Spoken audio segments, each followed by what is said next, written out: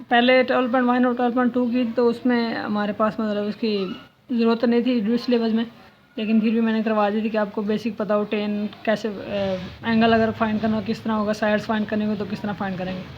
ठीक है, अब है 12.3 ये रिड्यूस लेवल में, इसके आगे से हम सारा ना रिड्यूस लेवल वाला काम करेंगे। तो 12.3 देखो, इंतहाई आसान एक्सरसाइज है, सिर्फ आपको स्टेटमेंट समझ आनी चाहिए। अगर स्टेटमेंट समझ ना आए तो फिर कुछ भी नहीं होगा। इसमें दो ही एंगल है, एंगल ऑफ एलिवेशन और angle of depression. Angle of elevation क्या होगा, हॉरिजॉन्टल लाइन, ये हॉरिजॉन्टल लाइन है, इसके साथ अगर ऑब्जेक्ट अबव साइड पे होगा, अबव साइड पे जो ऑब्जेक्ट एंगल बनाएगा इस हॉरिजॉन्टल लाइन के साथ, उसे हम कहेंगे एंगल ऑफ एलिवेशन। अगर ऑब्जेक्ट डाउन साइड पे हो इसी हॉरिजॉन्टल लाइन के साथ, तो वो डाउन साइड पे ऑब्जेक्ट जो एंगल बनाएगा उसे हम कहेंगे एंगल ऑफ डिप्रेशन। ठीक है, मोस्टली क्वेश्चन जो भी सिलेबस के हैं वो सारे के सारे मोस्टली एंगल ऑफ एलिवेशन के ही हैं। तो स्टार्ट करते हैं क्वेश्चन 1 से। क्वेश्चन 1 उसमें रिड्यूस सिलेबस में नहीं है, फिर भी मैं करवा रहा हूँ क्योंकि बेसिक है, बेसिक से अच्छा हो गया तो फिर आगे क्वेश्चन इजीली हो जाएंगे। कहते हैं वर्टिकल पोल है जिसकी 8 मीटर हाई, जिसकी ऊंचाई कितनी है 8 मीटर है। मतलब ये वर्टिकल पोल है जिस पे वो फ्लैग वगैरह लगाते हैं अब स्कूल्स वगैरह में, असेंबली में। उसकी हाइट कितनी है 8 मीटर है। ठीक है, and length of it shadow, अगर हाइट इतनी 8 मीटर है, उसकी शेडो कहाँ पे कैसे होगा, इस तरह का शेडो होगा, कोई शेडो ज़मीन पे आएगा ना, तो उसका शेडो क्या है 6 मीटर लंबा है, लॉन्ग है, इसकी लेंथ है किसकी शेडो की 6 मीटर्स है। सही है, तो अब उसमें फाइंड क्या करना, what is the angle of elevation. अब ऑब्जेक्ट कहाँ पे है, यहाँ पे क्या ऑब्जेक्ट क्या है, ऑफ द सन। अब सन क्या है, ज़मीन से ऊपर ही होगा क्योंकि शेडो हम नीचे ले रहे हैं, तो ज़मीन के ऊपर ही होगा, सन यहाँ पे कहीं पे होगा। मैंने वो फ्लैग बना दिया है, तो अब वो सन बना लो, आपकी मर्ज़ी है। ठीक है, अब angle of elevation of the sun, अब सन का एंगल ऑफ एलिवेशन कहाँ पे होगा, यहाँ पे। ठीक है, तो वो क्या होगा, एरो अबव साइड पे होगा एट दैट मोमेंट। तो ये हमने फाइंड करना है, इसको आप अल्फ़ा कह लो, बीटा कह लो, कोई भी नाम दे दो। यहाँ पे मैंने क्वेश्चन मार्क लगा दी, वैसे मेरे ख्याल में मैंने अल्फ़ा यूज़ किया है। अब इसी चीज़ जो आपने डायग्राम बना ली तो क्वेश्चन सोल्व हो जाएगा। इसी को आपने नेम दे देने हैं, आपकी मर्ज़ी है, ए बी सी डी। मैंने वैसे कोई नेम नहीं दिए, लेकिन वो मैंने बुक में एग्जांपल देखी थी, उसमें ना ए बी और बी सी इस तरह नेम दिए हुए हैं। वो किस लिए दिए हुए हैं बताता हूँ। अभी as we know that tan alpha is equal to perpendicular over base, वहाँ पे वो क्या कहता है, tan alpha is equal to, यहाँ पे अगर ए है, बी है, ये सी है, तो B C divided by A B. ठीक है, वो ये लिखेगा, तो वह आप कर ही दो, ज़्यादा बेहतर है।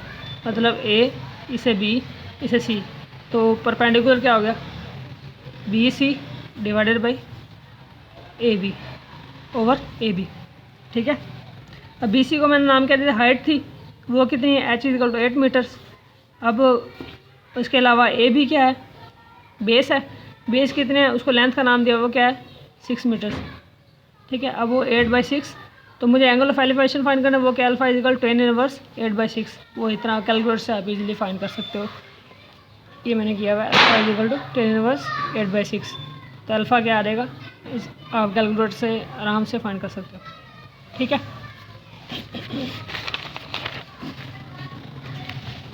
तो रिड्यूस सिलेबस का जो पहला क्वेश्चन है, क्वेश्चन नंबर 9 है, वो कहता है P and Q be 2 points in the line, P और क्यू कोई भी 2 points in the line with the tree.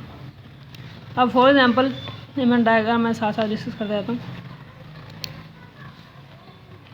P और क्यू 2 पॉइंट्स हैं, एक ट्री हमने बनाया।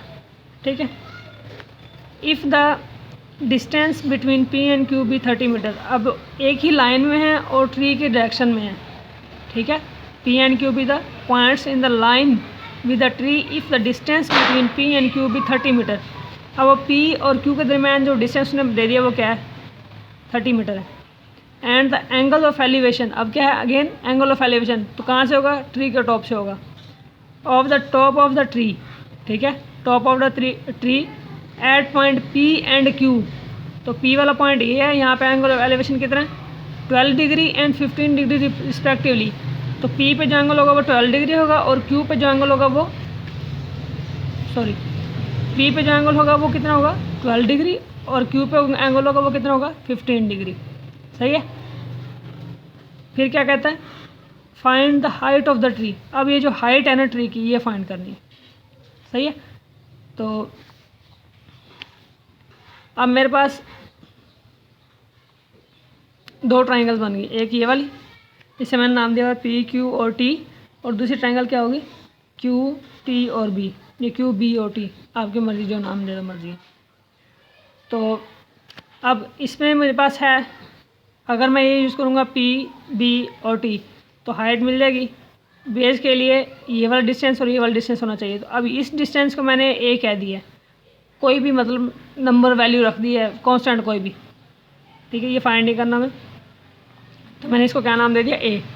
तो आप इसको एच जे के एक्स वाई जेड जो भी रखना चाहो रख लो, ठीक है। अब मेरे पास ये ट्रायंगल का सिंबल है, ट्रायंगल क्यू टी और बी, कौन सी है, क्यू टी और बी, ठीक है।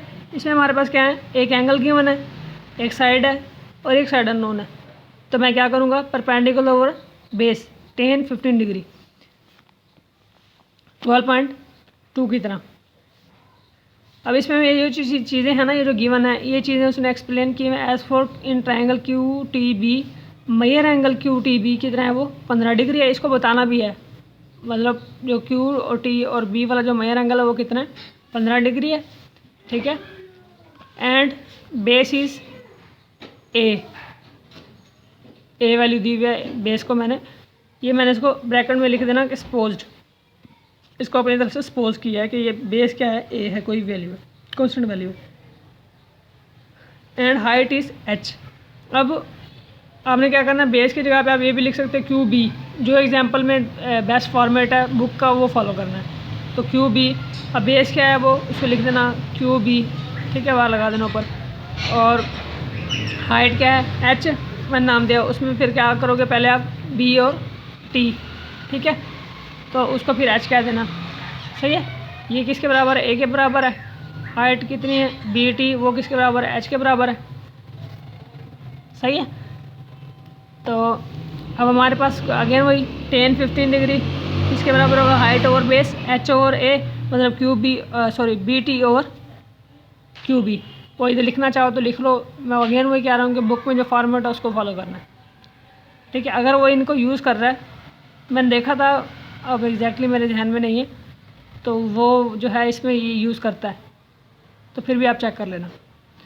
तो हाइट एच, बेस क्या है, ए है, तो हाइट एच, बेस ए है, तो 10-15 डिग्री के बराबर। अब 10-15 डिग्री की वैल्यू नोन है, एच की वैल्यू फाइंड करनी है। अब यहाँ से मैं ए की वैल्यू निकाल लेता हूँ कि ए क्या है। ए क्या होगा, जितनी हाइट होगी उसको डिवाइड करेंगे 10-15। कैसे, ए को इधर ले गए, इसको इधर लेके आए, कुछ भी नहीं किया, इसको कहते हैं क्वेश्चन 1, ठीक है। अब इन ट्रायंगल पी टी और बी, किसमें एक तो आज वो बैठा ठीक नहीं हुआ, लाइट आ रही है। ट्रायंगल पी टी और बी में ए कौन सी, पी टी और बी, पी टी और बी, हमें हाइट फाइंड करनी है। तो हाइट यहाँ पे इसके लिए पूरी बेस चाहिए थी, वो ए की वैल्यू मेरे अननोन थी, वो मैंने फाइंड कर ली, ठीक है। तो ये बेस क्या हो जाएगी, 30 + ए, टोटल बेस हो जाएगी ना ये वाली, तो 30 + ए, हाइट ये हो जाएगी। अगेन आप क्या करोगे, 10-12 अप्लाई करोगे, क्योंकि आप एंगल ये यूज़ करना है। कंप्लीट ट्रायंगल का ये एंगल है, इसका जो था ये था,